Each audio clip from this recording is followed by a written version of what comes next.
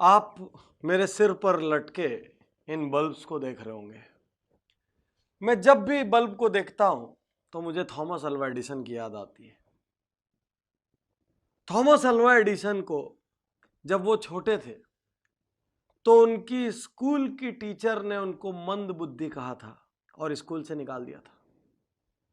और Thomas Alva Edison के माता पिता को कहा था कि हमारी स्कूल में हम इसको नहीं पढ़ा सकते, ये बहुत मंद बुद्धि है और आप इसको घर में पढ़ाइए। थॉमस अल्वा एडिसन की मां ने उनकी बात को मानने से इनकार कर दिया और उन्होंने बोला मेरा बच्चा मंदबुद्धि नहीं हो सकता, मैं इसको घर में पढ़ाऊंगी।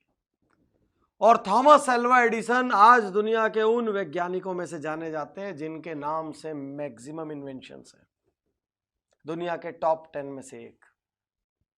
यदि थॉमस अल्वा एडिसन की मां ये मान लेती कि मेरा बच्चा मंदबुद्धि है तो पूरी जिंदगी वो उसको मंदबुद्धि की तरह ट्रीट करती रहती और वो मंदबुद्धि बन जाता। साथियों, इतिहास कौन रचता है? इतिहास वो नहीं रचते जो लोगों की बात सुन के मान लेते कि मैं कमजोर हूं, मैं हीन हूं, मैं नहीं कर सकता, मुझे नहीं आता। इतिहास वो नहीं रचते जो किसी दूसरे की राय के लिए अपने संकल्प छोड़ देते हैं। इतिहास वो नहीं रचते जो कोई दूसरा डिस्करेज करता है, डिसहार्टन करता है तो अपने टारगेट्स छोड़ देते हैं। इतिहास वो नहीं रचते जो कोई उनसे खराब व्यवहार करता है तो वो अपना अच्छा व्यवहार छोड़ देते हैं। इतिहास वो नहीं रचते जो जरा सा टॉर्चर पाके अपना टारगेट छोड़ देते हैं। इतिहास वो रचते हैं जो सहते हैं। इतिहास वो रचते हैं जो खड़े होते हैं। अभी अभी एक शानदार फिल्म आई दंगल, आपने देखी होगी। गीता बबीता, महावीर सिंह फोगाट, कैसे इतिहास रचा। जब महावीर सिंह फोगाट ने अपनी बेटियों को तैयार करना शुरू किया तो पूरे गांव ने मजाक उड़ाया। महावीर सिंह फोगाट ने उनको सुबह सुबह उठाया, उनके बाल कटवा दिए, उनके खाने पीने पर रोक लगा दी, सब कुछ किया। यहां तक कि उनके बच्चों ने उनको दुश्मन समझ लिया। और ऐसा ही कई बार होता है, ढेर सारे बच्चे अपने माँ बाप को दुश्मन समझ लेते।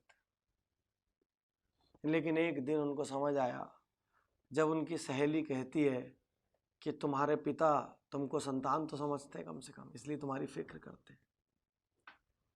साथियों, महावीर सिंह फोगाट ने पहले इतिहास रचा है, गीता बबीता ने बाद में। महावीर सिंह फोगाट ने वो बीज लगाया, उनको सींचा, बड़ा किया, सारी दुनिया के तिरस्कार महावीर सिंह फोगाट ने कहे।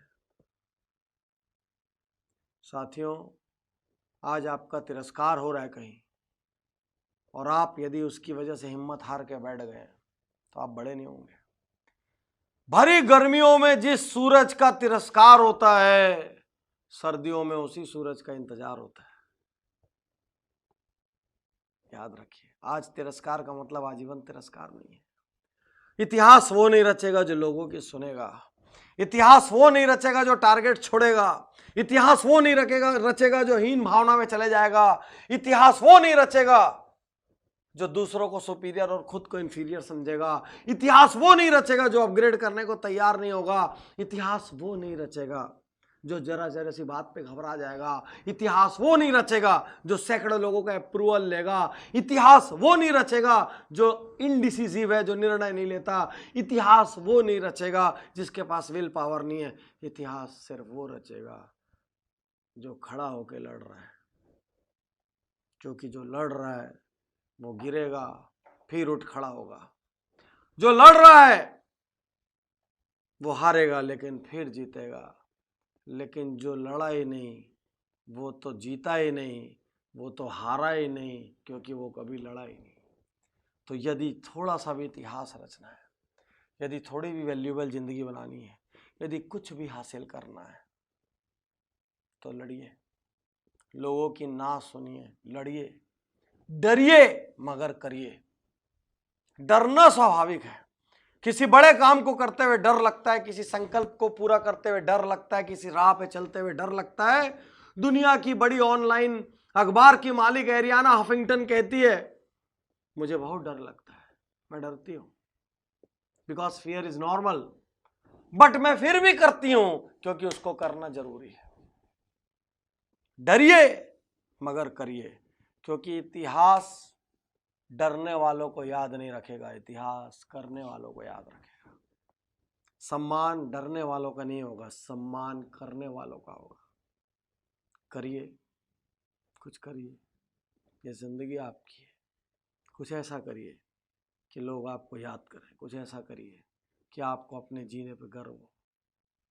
भले ही आपने किसी ने आप पे कुछ भी लेबल लगाए हो, आपके बारे में कितना ही हल्का बोला हो, जब थॉमस एल्वा एडिसन इस बल्ब का आविष्कारक मंद बुद्धि कहलाने के बाद इतिहास रच सकता है और हर टेक्स्ट बुक, हर बच्चा उसका नाम जान सकता है, तो फिर आपका भी जान सकता है।